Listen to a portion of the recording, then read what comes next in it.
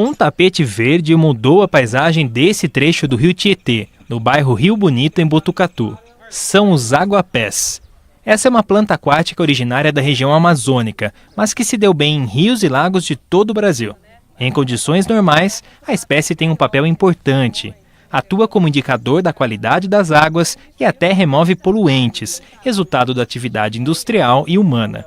Ele funciona ali como filtrante, ele vai fazer por adsorção ou sorção esses metais pesados, outras moléculas que a gente vem estudando, como hormônios, as drogas, né, que seriam ali os fármacos, pesticidas. Então ele tem essa capacidade de filtrar essas moléculas que a gente chama de interferentes endócrinos da água. Só que o crescimento desordenado do aguapé traz uma série de transtornos e o transforma em vilão. Vendido em vários países como planta ornamental, principalmente pela beleza das flores, ele se tornou uma preocupação ambiental, segundo este outro professor da Unesp.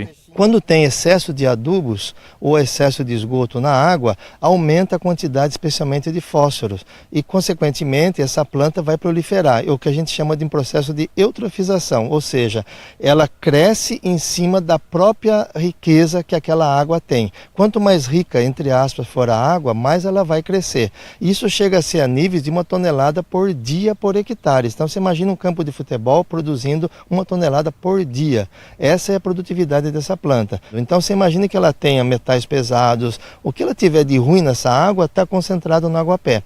E aí esse aguapé, se ele for queimado, vai jogar para a atmosfera. Se ele for jogado na margem do rio, a chuva vai, depois que ele morre, vai trazer de volta para a água. Então nós temos que ter alguma coisa que imobilize essas substâncias tóxicas.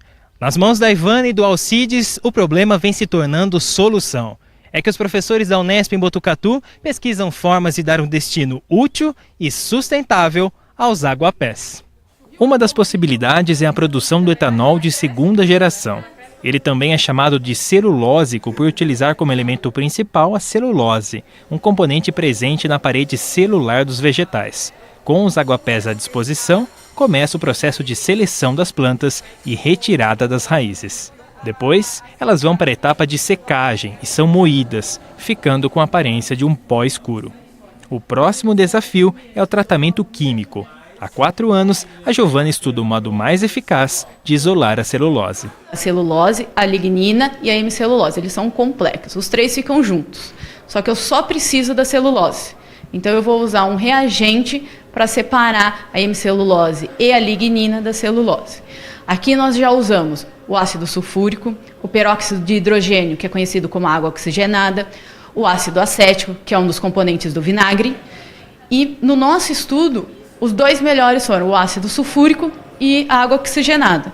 Só que o ácido sulfúrico, por ele ser corrosivo, problemático, nós acabamos continuando os trabalhos apenas com a água oxigenada. Para alcançar o resultado final, ainda há a hidrólise enzimática. Nesta etapa, a celulose, formada pela união de várias unidades de glicose, é quebrada em pedaços menores, e esse açúcar, por meio da fermentação, é transformado em etanol.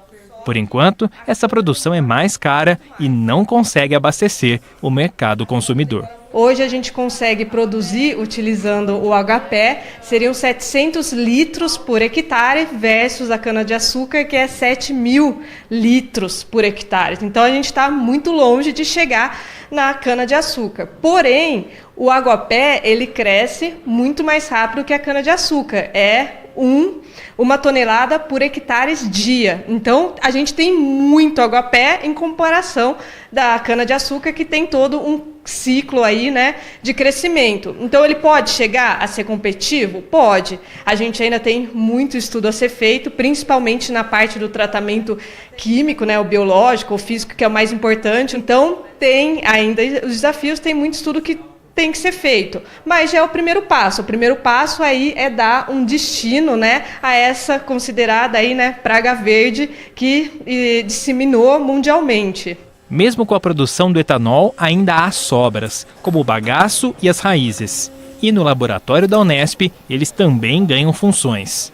Ao serem misturados ao ABS, um tipo de plástico, e passarem por essa máquina, a extrusora, dão origem a esse material, semelhante a uma corda, que pode ser usado na fabricação de peças e utensílios. A nossa especialidade aqui no laboratório é o uso de fibras naturais para mistura em plásticos, né? E quando você mistura a fibra natural num plástico, as propriedades se melhoram. Então, a intenção nossa é fazer peças que tenham uma aplicabilidade industrial ou comercial, porém, sem riscos de contaminação. Aí nós vamos fazendo vários testes com os moldes que nós temos aqui no Lajado e com alguns outros moldes que a gente empresta de terceiros. E a intenção são fazer peças, por exemplo, pode ser feito conduíte, pode ser feito caixinha de força, de tomada. Então, são coisas que não têm contato com a espécie humana. Então, mesmo que haja alguma contaminação industrial por metais pesados que veio junto com o aguapé, ele não haveria risco nenhum para o ambiente, nem para os seres humanos, nem para os animais. A intenção nossa é sempre